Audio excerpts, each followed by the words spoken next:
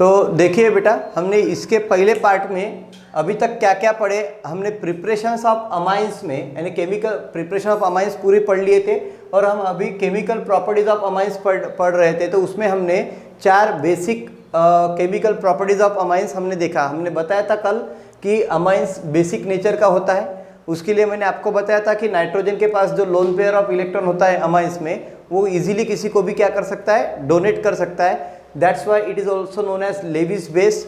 हमने उसको Brønsted लॉवरिस base के तौर पर भी पहचाना था, क्योंकि अमाइंस के पास कैपेसिटी होती है किसी भी प्रोटॉन को जल्दीली एक्सेप्ट कर सकता है, इसलिए अमाइंस यहाँ बेसिक नेचर होते हैं। इसलिए बेसिक नेचर ऑफ अमाइंस हमने कल बहुत अच्छे से डिटेल में स्टडी किया था।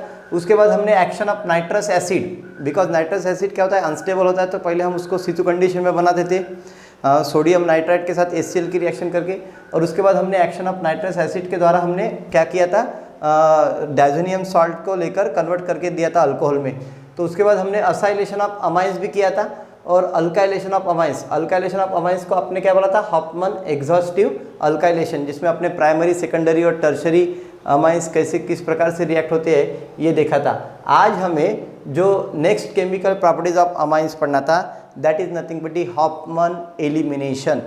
तो अभी जो हमको पढ़ना है वो है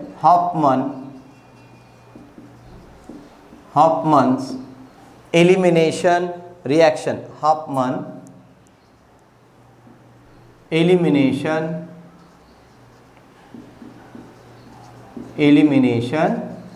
रिएक्शन। सो अभी आपको देखिए, ये जो हॉफमैन एलिमिनेशन रिएक्शन है, ये एक प्रकार का नेमिंग रिएक्शन है इसमें, क्योंकि साइंटिस्ट का नाम इन्वॉल्व है। इसके पहले भी हमने जो पढ़ा था अल्काइलेशन ऑफ अमाइंस, तो उसमें भी आपने देखा था हॉफमैन एग्जॉस्टिव अल्काइलेशन आपने पढ़ा था, ये भी वही नेमिंग रिएक्शन था। तो हॉफमैन नाम के साइंटिस्ट ने ये दोनों रिएक्शंस को बहुत अच्छी तरीके से आपके अमाइंस के कंटेंट में एक्सप्लेन किया है। तो हॉफमैन एलिमिनेशन रिएक्शन क्या होता है, तो हॉफमैन एलिमिनेशन रिएक्शन क्या होता है कि आप इसमें क्या कर रहे हो, जो हैलाइड होता है उसको आप एलिमिनेट करते हो with the help of OH group. तो यहाँ पे हाँ देखिए, तो व्हेन टर्शरी अल्कोनियम हलाइड आपको लेना है, तो जैसे देखिए C2H5, आप क्या करोगे, C2H5 हाँ, तो C2H5N प्लस बराबर है। अरे आवाज येतो आहे कोणाचा तरी बॅकग्राऊंडमध्ये, आवाज बंद करा, म्यूट करा आपला माइक।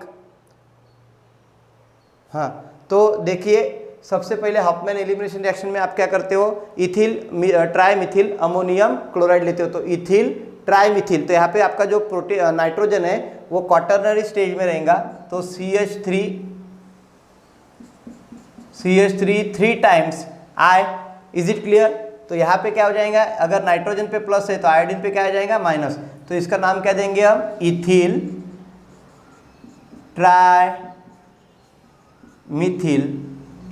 ट्राइमिथिल है ना, अमाइंस। तो इथिल ट्राइमिथिल अमोनियम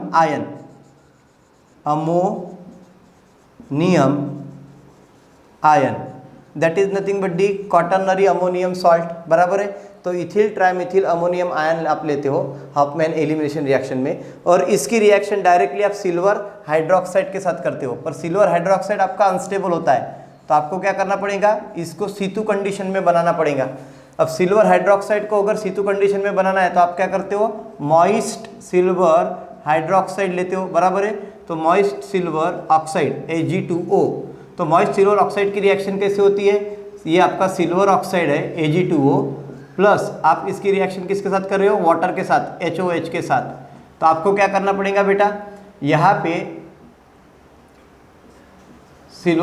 आपको सिल्वर हाइड्रोक्साइड बनाना है, तो आप क्या करोगे, यहाँ पे ये जो लोगे वाटर, ये 2 टाइम्स लोगे, बराबर है। तो जब ये रिएक्शन हो जाएंगी तो ये ऐसा हो जाएगा, ट्वाइस AgOH, बराबर है, सिल्वर हाइड्रोक्साइड बन जाएगा plus H2O। Is it clear. तो इस तरीके से आपको सिल्वर हाइड्रोक्साइड C2 कंडीशन में बनाना है, तो उसके लिए आपको क्या करना पड़ेगा, मॉइस्ट सिल्वर ऑक्साइड लेना पड़ेगा, और इस रिएक्शन को आपको क्या करना पड़ेगा, सिंपली हीट करना पड़ेगा। तो जब आप इसको सिंपली हीट करोगे तो आप देख सकोगे कि यहाँ पे क्या हो गया है कि जो आपका आयोडीन है वो किससे रिप्लेस हो गया है, वो OH माइनस से रिप्लेस हो गया है। बराबर है, और सिल्वर आयोडाइड बन गया है। तो सबसे पहले यहाँ पे आयोडीन का क्या हो जाएगा, रिप्लेसमेंट OH से, ठीक है। तो आपको प्रोडक्ट क्या मिलेगा, C2H5 dash N plus CH3 3 times OH minus plus silver iodide. Is it clear? तो अभी आपको जो इथिल ट्राइमेथिल अमोनियम आयन था, अभी वो क्या हो गया, इस इंटरमीडिएट में, बराबर है, ये अभी क्या हो गया, इंटरमीडिएट में कन्वर्ट हो गया। Is it clear? फिर नेक्स्ट स्टेप आएंगी, हम इसमें से क्या करेंगे, OH को निकाल के बाहर कर देंगे, बराबर है। तो अभी इसको, इस रिएक्शन को कैसे करेंगे, तो हम इसका एलिमिनेशन कर रहे हैं। इसका मतलब है सिंगल बॉन्ड अभी यहाँ पे डबल बॉन्ड में कन्वर्ट होने वाला है, इथिन बनने वाला है। तो इसको हम अभी लेते हैं और इसको कंटिन्यू करेंगे, C2H5 dash N plus CH3 3 times OH minus. Is it clear? अभी आपका इसको एलिमिनेट करना है, तो आप क्या करोगे, नेक्स्ट इसको सिंपली हीट करोगे। तो आप इसको सिंपली हीट करोगे तो क्या हो जाएगा, सबसे पहले आपको क्या मिलेगा, इथिन। तो इथिन कैसे मिलेगा, ethylene CH2 double bond CH2 double bond CH2, इथिन है, आप इसको इथिलीन भी बोल सकते हो, इथिलीन या इथिन, ठीक है। फिर सेकंड प्रोडक्ट आपको क्या मिलेगा, यहाँ पे दूसरा प्रोडक्ट आपको इथिन के बाद मिलेगा टर्शरी अमाइंस। क्या मिलेगा, टर्शरी अमाइंस। तो वो कैसे रहेगा, CH3 3 times N, tertiary amine मिलेगा, प्लस अब आपके पास बचा क्या है, OH वाला है ना, वाटर, बराबर है। तो आपको नेक्स्ट स्टेप में क्या मिलेगा, वाटर H2O। तो आप देख सकते हो, आपने क्या किया, आपने क्वाटरनरी अमोनियम सॉल्ट लिया और उसको टर्शरी अमाइन में बनाया with the help of elimination reaction, बराबर है। तो हम इसको बोलेंगे हॉफमैन एलिमिनेशन रिएक्शन। इसका मतलब है आपने क्वाटरनरी अमोनियम सॉल्ट को अल्किन बनाया, ठीक है। तो this reaction is known as Hofmann elimination reaction. तो इतना याद रखना है आपको कि हॉफमैन एलिमिनेशन रिएक्शन में आप क्वाटरनरी अमोनियम आयन को क्या कर सकते हो, अल्किन में कन्वर्ट कर सकते हो। तो ये आपको याद रहना चाहिए करके ये रिएक्शन लिया है। आपको वैसे नीट जेईई में रिएक्शन नहीं लिखना पड़ता है, पर आपको पता रहना चाहिए कि आपने किससे क्या मिला सकते हो। तो आपको पता है कि इथिल ट्राइमेथिल अमोनियम आयन से आप क्या मिला सकते हो, अल्किन। किस मेथड से, Hofmann elimination reaction. Is it clear?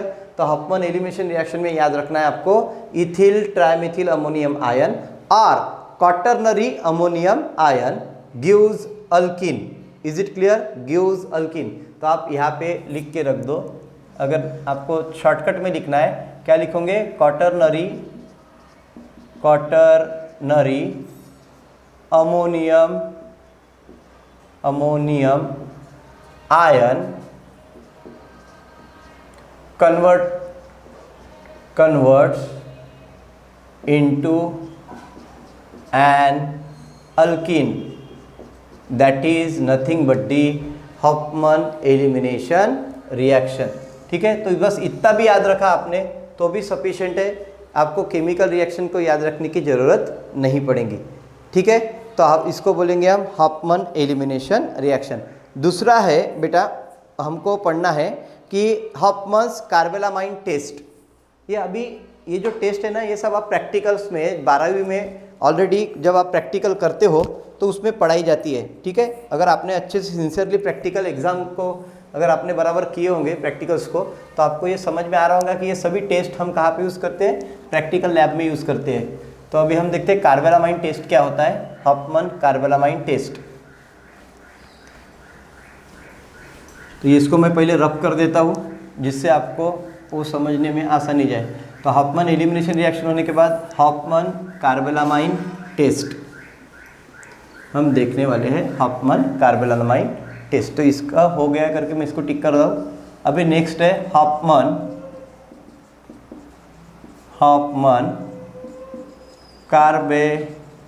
कार्बेलामाइन test. Test, तो हॉफमैन कार्बिलामाइन टेस्ट, ठीक है, that is nothing but the isocyanide test, isocyanide test. बेटा आपको मैं पहले बता देता हूँ आइसोसाइनाइड कैसे रहता है।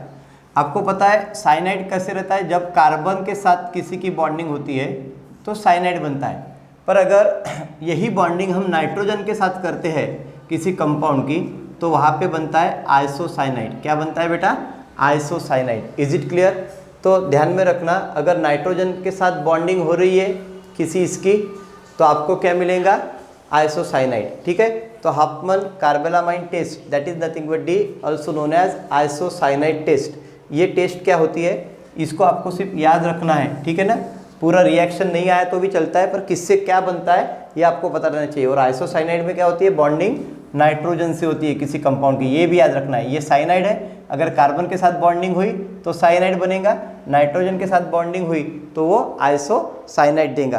तो हॉफमैन कार्बिलामाइन टेस्ट में आप सबसे पहले क्या करते हो? इथिलामाइन यानी कोई भी प्राइमरी अमाइन लेते हो, C2H5-NH2, that is nothing but the primary amine. इसका नाम क्या है? इथिलामाइन, इथिलामाइन। तो आप इथिलामाइन लेते हो, बराबर है, और उसकी रिएक्शन क्या करते हो? क्लोरोफॉर्म CHCl3, बराबर है, और साथ में क्या करते हो? अल्कली हाइड्रोक्साइड KOH के साथ 3 टाइम्स KOH। तो आप यहाँ पे सबसे पहले आपको ये रिएक्शन जो है वो किस में मिल रही? 1 स्टेप में। तो आप इसको हीट करोगे, तो जैसे ही आप KOH के साथ उसको हीट करोगे पहले आपको अल्किल आइसोसाइनाइड मिलेगा R-NC। देखिए यहाँ पे अल्किल आइसोसाइनाइड मिल रहा है, alkyl isocyanide. Is it clear? आपको अल्किल आइसोसाइनाइड, इसको आइसोसाइनाइड क्यों बोला? क्योंकि बॉन्डिंग नाइट्रोजन के साथ है अल्किल की, तो अल्किल आइसोसाइनाइड मिला प्लस 3 टाइम्स KCl,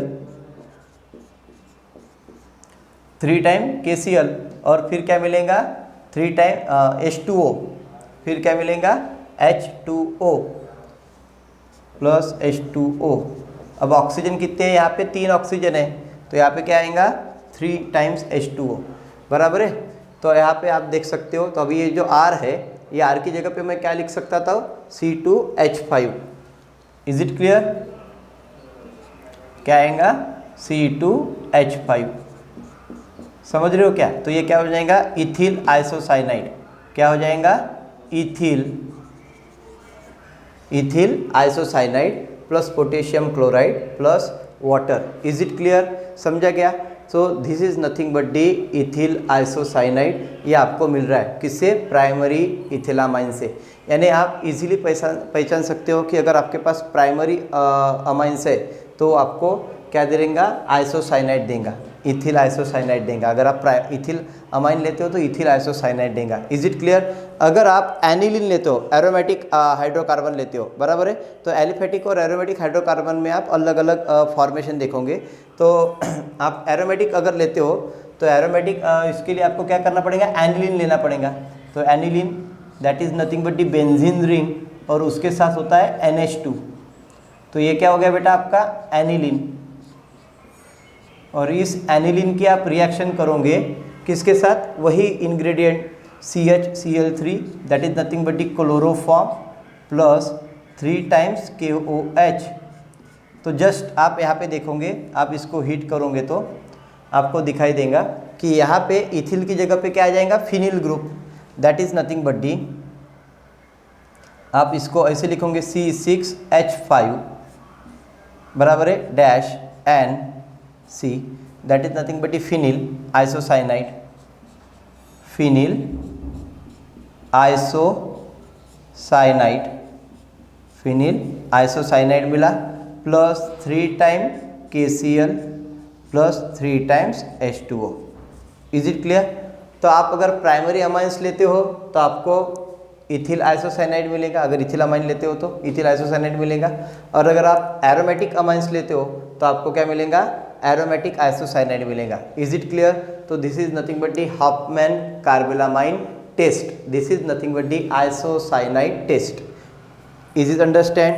तो यहाँ पे आपको दिया है कि एलिफेटिक और aromatic primary amines on heating with chloroform and alcoholic potassium hydroxide gives foul smelling alkyl isocyanide. तो इसका एक ऐसा अलग सा टेस्ट आता है, स्मेल आता है, जिससे आप इजीली पहचान सकते हो कि आपको जो मिल रहने वाला प्रोडक्ट है वो क्या है, आइसोसाइनाइड है, और आपने जो स्टार्टिंग कंपाउंड लिया है वो क्या है, आपका प्राइमरी अमाइन है। ठीक है, तो आप इससे पता कर सकते हो कि प्राइमरी अमाइन आपको क्या देता है, आइसोसाइनाइड टेस्ट देता है जब आप क्लोरोफॉर्म और अल्कोहलिक KOH के साथ उसकी रिएक्शन करते हो, अल्कोहलिक KOH के साथ।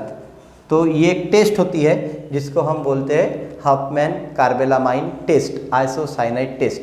ठीक है ना, हफमैन कार्बेलामाइन टेस्ट। उसके बाद है बेटा रिएक्शन विथ, नेक्स्ट स्टेप है, नेक्स्ट 7वीं जो रिएक्शंस है वो आपका नेक्स्ट स्टेप टेस्ट के तौर पर ही हिंजबर्ग टेस्ट करके आपने अगर पढ़ा होगा प्रैक्टिकल में, तो हिंजबर्ग टेस्ट करके एक टेस्ट आपने प्रैक्टिकल में पढ़ी हुई है, उस टेस्ट को हम अभी पता करेंगे कि क्या होता है हिंजबर्ग टेस्ट। तो नंबर 7 है reaction with aryl sulphonyl chloride, reaction with aryl sulphonyl chloride,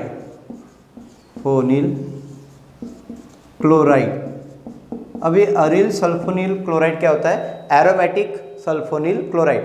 उसको कैसे दिखाते हैं, जैसे बेंजीन सल्फोनिक क्लोराइड लेते हैं तो that is nothing but aryl, aryl यानी बेंजीन। तो जैसे कि मान लीजिए ये बेंजीन रिंग है, बराबर है, ये बेंजीन रिंग है, इसको मैंने सल्फर जोड़ा, यहाँ पे ऑक्सीजन, यहाँ पे ऑक्सीजन, और यहाँ पे मैंने जोड़ दिया क्लोरीन, तो क्या हो जाएगा ये benzene sulphonyl chloride, benzene sulphonyl chloride. तो बेंजीन सल्फोनिल क्लोराइड की रिएक्शन आप सबसे पहले देखो, reaction with aryl sulphonyl chloride है, ठीक है, तो आपने क्या लिया, बेंजीन सल्फोनिल क्लोराइड लिया है, यानी अरिल सल्फोनिल क्लोराइड की जगह आपने क्या लिया है, बेंजीन सल्फोनिल क्लोराइड। और इसकी रिएक्शन आपने किया किसके साथ किया, अमाइंस के साथ, बराबर है, कौन से, प्राइमरी अमाइंस के साथ। तो प्राइमरी अमाइंस कैसे आपका, मैं उसको ऐसे लिख सकता हूँ NHH बराबर यानी NH2 हो गया डैश C2H5, यानी ये क्या हो गया, primary amines, that is nothing but ethylamine, ठीक है। अब इनके बीच में रिएक्शन हो रहा है, तो रिएक्शन होने के बाद आपको क्या मिल रहा है, रिएक्शन होने के बाद आपको N ethyl benzene sulphonyl amide, N ethyl यानी क्लोरीन निकल जाएगा, N ethyl benzene sulphonyl chloride, ये बेंजीन हो जाएगा, ये सल्फर डबल बॉन्ड में आ जाएगा, यहाँ पे डबल बॉन्ड, और सल्फर के साथ नाइट्रोजन का अटैचमेंट हो जाएगा, N ethyl benzene sulphonyl chloride. तो यहाँ पे NHH, तो फिर क्या आ जाएगा C2H5, और क्या आ जाएगा बाद में, क्लोरीन कहाँ पे जाएगा इसमें, N ethyl benzene sulphonyl chloride में, तो यहाँ पे हाइड्रोजन की जगह पे C2H5 आया, तो यहाँ पे आ जाएगा क्लोरीन। Is it clear. तो आप इसको लिख सकते हो N इथिल बेंजीन सल्फोनिल, नहीं H2 C2H5, नाइट्रोजन का वैलेंसी 3 हो गया, तो फिर आपको यहाँ पे मिलेगा HCl, ठीक है, एक हाइड्रोजन निकल गया ना, हाँ, तो प्लस HCl, तो आप इसको बोलोगे N बेंजील sulphonyl amine, N ethyl benzene sulphonyl amine, N ethyl benzene sulphonyl amine, ठीक है। तो ये आपको मिला N ethyl benzene sulphonyl amine, that is nothing but D। यहाँ पे आपने क्या किया, प्राइमरी अमाइंस का क्या किया, रिएक्शन किया अरिल सल्फोनिल क्लोराइड के साथ, तो आपको क्या मिला, N ethyl benzene sulphonyl amine. पर आपने यहाँ पे देखा कि ये यहाँ पे आपको हाइड्रोजन को आपने रिप्लेस किया, तब जाके आपने इस पे सल्फोनिल ग्रुप को ऐड किया है, बराबर है। तो ये बेंजीन सल्फोनिल ग्रुप जो है, ये जो अटैच हुआ है, ये replacement of one of the hydrogen from amines, इससे हुआ है। इसका मतलब है अगर हम फिर से इसकी reaction N ethyl benzene sulphonyl की रिएक्शन हम अगर फिर से प्राइमरी और सेकंड प्राइमरी अमाइन से करते हैं तो फिर से वहाँ से एक हाइड्रोजन रिप्लेस हो जाएगा, फिर से वो सल्फोनिल ग्रुप इसके साथ अटैच होंगे तो आपको N di ethyl benzene sulphonyl amine मिलेगा। तो आपको यहाँ पे समझ में आ रहा होगा कि जैसे जैसे हम हाइड्रोजन को रिप्लेस करेंगे बेंजीन सल्फोनिल अमाइन से, वैसे वैसे आपको अलग अलग एन इथिल फिर एन डाई इथिल है ना ऐसा मिलेगा। और थर्ड, जब इसके पास नाइट्रोजन के पास कोई भी हाइड्रोजन नहीं बचेगा रिप्लेस करने के लिए, तो फिर वो हमारे को ये रिएक्शन को नहीं देगा। इसका मतलब है हम इसको आसानी से पहचान सकते हैं अरिल सल्फोनिल क्लोराइड में प्राइमरी अमाइन कौन सा है, सेकेंडरी अमाइन कौन सा है और टर्शरी अमाइन कौन सा है। ठीक है, तो मैं आपको यहाँ पे बताता हूँ कि प्राइमरी, सेकेंडरी और टर्शरी अमाइंस को पहचानने के लिए हम इस टेस्ट को बोलेंगे हिंसबर्ग, क्या बोलेंगे, Hinsberg reagent test, हिंसबर्ग्स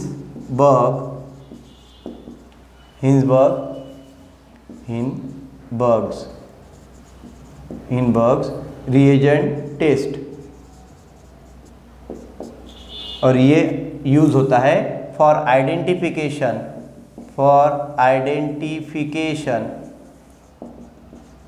of primary, secondary and tertiary amines. Is it clear? तो आपको अगर प्राइमरी, सेकेंडरी और टर्शरी अमाइन पहचानना है, ठीक है, जो आपको दिया है, तो उसको पहचानने के लिए हम कौन सी टेस्ट लगाएंगे, हिंसबर्ग्स रिएजेंट टेस्ट लगाएंगे। और with the help of that Hinsberg's reagent test आप इजीली पता कर सकते हो कि वो प्राइमरी अमाइन है, सेकेंडरी अमाइन है या टर्शरी अमाइन है। अगर वो प्राइमरी अमाइन रहेगा तो वो जब अरिल सल्फोनिल क्लोराइड के साथ रिएक्ट होगा तो आपको वो N ethyl benzene sulphonyl amine देगा। ठीक है, अगर वो सेकेंडरी अमाइन रहेगा तो वो आपको N di ethyl benzene sulphonyl amine देगा, बराबर है। और अगर वो टर्शरी रहता है, यानी इसके पास कोई भी हाइड्रोजन नहीं रहता, तो वो आपको प्रोडक्ट नहीं देगा। Is it clear? तो आप इसके जरिए प्राइमरी, सेकेंडरी और टर्शरी अमाइन को आसानी से पहचान सकते हो।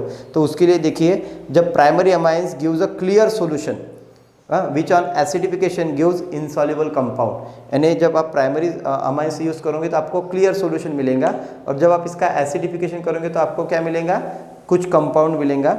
ठीक है, क्लियर गिव्स इनसॉल्युबल कंपाउंड, जो सॉल्युबल नहीं रहेगा। जब आप सेकेंडरी अमाइन लोगे तो secondary amine gives an insoluble compound which does not dissolve in the acid.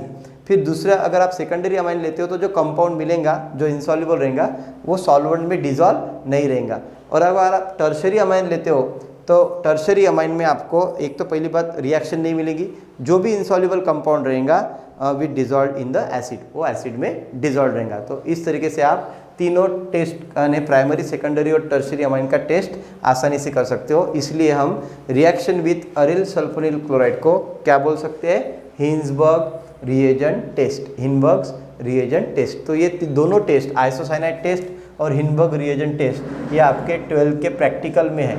ठीक है, 12th स्टैंडर्ड के प्रैक्टिकल में आई है। ठीक है, तो यहाँ पे रिएक्शन नंबर 7 हो गया। बाद में आपको रिएक्शन तो पता ही है, नेक्स्ट वाली अमोनियम का डाइजो अमोनियम कंपाउंड कैसे बनाते हैं करके, तो उसका नेक्स्ट रिएक्शन देखेंगे। मैं अभी ये थोड़ा रब कर देता हूँ। ठीक है, तो हमने बहुत ज़्यादा, वैसे देखा जाए तो केमिकल प्रॉपर्टीज़ ऑफ अमाइंस को हमने बहुत अच्छी तरीके से पढ़ लिया है। एक बार आपको घर में जितना भी टेक्स्ट बुक में रिएक्शन दिया है, एक बार किससे क्या बनता है ना, वो आपको थोड़ा सा ध्यान में लाना है। और आप अपने शॉर्टकट पॉइंट्स जो है इसी के आधार पर निकाल भी सकते हो। जैसे हिंसबर्ग्स टेस्ट प्राइमरी, सेकेंडरी और टर्शरी अमाइंस के लिए लगती है, या फिर आपको मैंने इसके पहले बताया था कि अल्काइलेशन क्या होता है, असाइलेशन क्या होता है, बराबर है। नाइट्रस एसिड कैसे बनता है, ठीक है। अगर सिल्वर हाइड्रोक्साइड के साथ रिएक्शन कर रहे हो तो सिल्वर हाइड्रोक्साइड अनस्टेबल प्रोडक्ट है, तो उसको पहले C2 कंडीशन में किस प्रकार से बनाते हैं, ये सब मैंने आपको जो इम्पोर्टेंट पॉइंट है वो पढ़ा दिए। अभी नेक्स्ट रिएक्शन है electrophilic aromatic substitution. Electrophilic aromatic substitution, electrophilic aromatic substitution, substitution. Substitution. अभी देखिए आपको एक बात तो पता चल गई है, आपको इलेक्ट्रोफिलिक एरोमेटिक सब्स्टिट्यूशन करना है। इसका मतलब है यहाँ पे जो आप अमाइंस लेने वाले हो वो हमारा अरिल अमाइंस रहने वाला है, बराबर है। और आपको पता है अरिल अमाइंस में अरिल यानी मतलब होता है बेंजीन। तो आपको ये भी पता है कि जो बेंजीन जो होता है उसका जो एक्टिविटी आर्थो पैरा डायरेक्टिंग क्या होता है, आर्थो और पैरा, इस पे ज़्यादा सब्स्टिट्यूशन होते हुए आपने देखा है। मेटा पे सब्स्टिट्यूशन बहुत कम होता है बिकॉज ऑफ द रेजोनेंस। आपको पता है जो मेटा पोजीशन होती है वहाँ पे इलेक्ट्रॉन डेंसिटी कम होने के कारण वहाँ पे सब्स्टिट्यूशन सबसे कम होता है, और आर्थो पैरा यहाँ पे इलेक्ट्रॉन डेंसिटी सबसे ज़्यादा होती है, बराबर है। तो इसीलिए सब्स्टिट्यूशन आर्थो और पैरा पोजीशन पे ज़्यादा होता है। आर्थो के अपोजिट आर्थो होता है, पैरा के अपोजिट पैरा होता है। तो एक बार इसको भी समझ लेने का प्रयास करेंगे कि आर्थो और पैरा पे इलेक्ट्रोफिलिक सब्स्टिट्यूशन क्यों ज़्यादा होता है। तो बेटा मान लीजिए यहाँ पे बेंजीन है, यानी अब मैं इसको NH2 अगर ग्रुप जोड़ देता हूँ, बराबर है, तो यहाँ पे बॉन्ड सिंगल डबल, बराबर है। या फिर आप फिनॉल भी ले सकते हो। इसके पहले हमने इसके फिनॉल भी पढ़ा है OH, तो ये आसानी हो जाएंगे, ठीक है। तो OH में देखिए ये बॉन्ड हाइड्रोजन निकल गया, तो यहाँ पे ऑक्सीजन के पास क्या होता है, लोन पेयर ऑफ इलेक्ट्रॉन होता है, बराबर है। तो ऑक्सीजन क्या करेंगे, अपना लोन पेयर ऑफ इलेक्ट्रॉन देके यहाँ पे डबल बॉन्ड बना लेंगे। जैसे यहाँ पे डबल बॉन्ड बनाएगा, यहाँ का डबल बॉन्ड इधर आ जाएगा, बराबर है। फिर इसको तो आप यहाँ पे देख सकते हो कि जैसे ये बॉन्ड टूटा, ये बॉन्ड टूट जाएगा, तो यहाँ पे क्या मिलेगा आपको, बेंजीन रिंग के साथ ऑक्सीजन ने क्या किया है, डबल बॉन्डिंग बनाया है, बराबर है। तो जैसे ही डबल बॉन्डिंग बना लेगा ये बॉन्ड इधर आ जाएगा, क्योंकि कार्बन की वैलेंसी देखिए आप यहाँ पे 5 हो रही है, बराबर है, पेंटावैलेंट हो रहा है वो, तो वैसा नहीं होता है, यहाँ पे माइनस आ जाएगा। फिर यहाँ पे जो इलेक्ट्रॉन डेंसिटी आ जाएंगी, फिर वो अंदर आने को देखेंगी। जैसे ही यहाँ पे अंदर आएंगी आपको फिर से एक रेजोनेंस मिलेगा, बराबर है। तो यहाँ पे बॉन्ड बनेगा, तो जैसे यहाँ पे बॉन्ड बनेगा, बराबर है, ये बॉन्ड इधर आएगा, तो that is nothing but lone pair of electron यहाँ पे मिलेंगी, ठीक है। ऐसा हो जाएगा इसका सब ये, ठीक है। फिर आप देखोगे यहाँ पे आ देता हूँ, तो इसके बाद फिर से रेजोनेंस होगा। जब यहाँ पे आ जाएगा इलेक्ट्रॉन डेंसिटी, तो वो कैसे दिखेगा आपको, कुछ इस प्रकार से दिखेगा, ठीक है। डबल बॉन्ड हो गया था, फिर अभी ये अंदर आने को दिखेगा, तो ये बॉन्ड इधर आएगा, बराबर है। तो यहाँ पे आपको दिखेगा, यहाँ पे बॉन्ड बन जाएगा, यहाँ पे बॉन्ड बन जाएगा, और यहाँ पे डबल बॉन्ड था ही, ठीक है, माइनस में था। उसके बाद फिर आप देखोगे रेजोनेंस में, जब आप पे रेजोनेंस होगा तो ये इलेक्ट्रॉन पेयर अंदर आने को दिखेंगी, तो फिर से ये बॉन्ड इधर शिफ्ट हो जाएगा, बराबर है। तो आपको फिर यहाँ पे रेजोनेंस कुछ इस प्रकार से दिखेगा।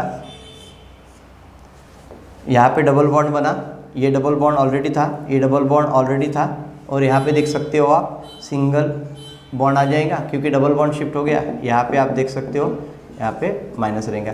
तो अभी देखो बिल्कुल एग्जैक्टली इसके अपोजिट आपको बॉन्डिंग दिखाई दे रही है। तो ये जो रेजोनेंस बनता है, ड्यू टू दैट रेजोनेंस आप देख सकते हो कि जो इलेक्ट्रॉन डेंसिटी है वो 3 ही पोजीशन से लेकर 2 ही पोजीशन पे ज़्यादा दिखाई दे रही है। ये देखो क्या था, ये आप यहाँ पे एक इलेक्ट्रॉन पोजीशन था, यहाँ पे इलेक्ट्रॉन डेंसिटी थी और यहाँ पे थी। तो आर्थो पैरा मेटा पे इलेक्ट्रॉन डेंसिटी क्या होती है, डीलोकलाइज होती रहती है। पर सबसे ज़्यादा जो इलेक्ट्रोफिलिक एरोमेटिक सब्स्टिट्यूशन देखा जाता है वो क्या रहता है, ortho para directing. Is it clear, ortho para directing nature होता है इलेक्ट्रोफिलिक सब्स्टिट्यूशन में। तो आपको अभी जो भी सब्स्टिट्यूट करना है इलेक्ट्रोफाइल, वो आपको आर्थो या पैरा क्या करना है, पोजीशन पे ही सब्स्टिट्यूट करना है। तो इसमें हम सबसे देखते हैं पहले ब्रोमिनेशन ऑफ अरिल अमाइंस। तो ब्रोमिनेशन क्या करना पड़ेगा आपको, एडिशन ऑफ ब्रोमीन करना पड़ेगा, बराबर है, bromine molecule in aryl amines, that is nothing but the bromination of aryl amine. तो क्या होता है ब्रोमिनेशन ऑफ अरिल अमाइन, हम इसको पढ़ेंगे। तो सबसे पहले हम पढ़ते हैं bromination, that is nothing but the electrophilic aromatic substitution में सबसे पहला कौन है, ब्रोमिनेशन। ब्रोमिनेशन का मतलब होता है addition of bromine molecule in a compound, that is nothing but the bromination. तो ब्रोमिनेशन के लिए आप क्या करते हो, ब्रोमीन वाटर के साथ रिएक्शन करते हो एनिलीन की। तो मान लीजिए ये एनिलीन है बेंजीन रिंग के साथ NH2, that is nothing but D aniline, और इस एनिलीन की रिएक्शन आप कर रहे हो ब्रोमीन वाटर के साथ 3Br2, that is nothing but D bromine water.